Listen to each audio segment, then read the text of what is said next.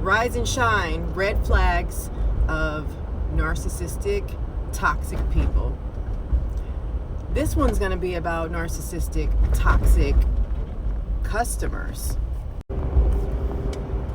So, I have jewelry on consignment in this store, and one of the people that work there calls me up and lets me know that a client is interested in one of your rings with diamonds, but they want to know how far down are you willing to come on your price. For a second, I was like, oh, maybe like let's take 10% off or whatever. And I said, you know what? Let me think about it, because she started to get to talking, and it was like trying to lowball my jewelry. Say, oh, it's just silver, and it just has a few diamonds. They're very small. You know what? Diamonds make the price go up on anything, and that is the whole point, so you can give it luxury. So now it's a luxury piece because it has diamonds that were set in there that I had to pay a setter to put in, okay, because I don't set diamonds. And then it has some engraving. I had to pay an engraver. Anyway, bottom line is your price is your price, and you do not need to second guess the value of your product, your worth, your time. I would be full on ballsy if I walked up into any luxurious store and said, what discount can you give me? First of all, if you can't afford it, I don't want you to break the bank to purchase my piece. Like, that's not what it's for.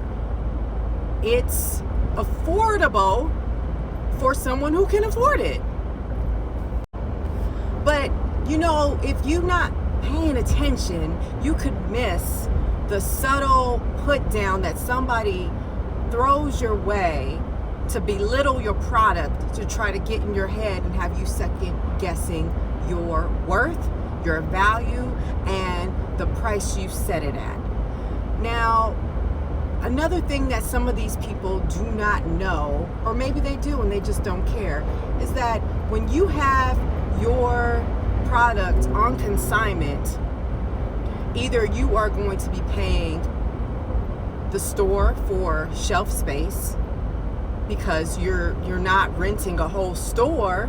It's not costing you that much, so you split the cost 50-50 for whatever your product is selling for. You're going to only take half of that. So you need to market at a price that you are comfortable with receiving after that 50% is taken from your sale. So I just had to remind the lady, like, look, my prices are set the way that they are so that you can get 50% of the sale. So it's a win-win here. You're going to make money off of the product once it sells, and I'm going to make my profit that I deserve to cover the cost and make some profit. Okay? And if that person can't afford it, then they can't afford it. That's not the right customer. But if you operate on fear, you are shortchanging yourself just because somebody wants to apply pressure. But like a diamond in the rough, baby, I shine. And my jewelry speaks for itself. My work, my value, the classes that I've invested in to be able to create my own business. And over time, the right customers and clientele is going to be attracted to it. So I am saying this because if there's anybody else that has started a business, whatever your product is, if you are in jewelry, if you are in fashion, if you are in the restaurant business, like your recipes, all of it, everything that you work hard for, That's your time. And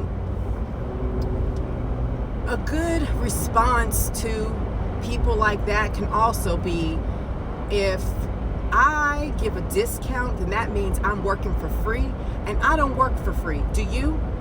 Utilities have gone up. You don't get a discount for your mortgage, your rent, your bills, child care. Like, how dare somebody fix their face to say that, well, you know, it's only silver with just a few diamonds on it.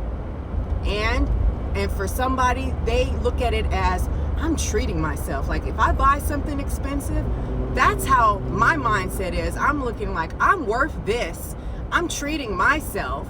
So that's the mentality of my customer, okay? It's a regal person that's going to purchase. And my products are fairly priced, okay? That's all. Know your worth.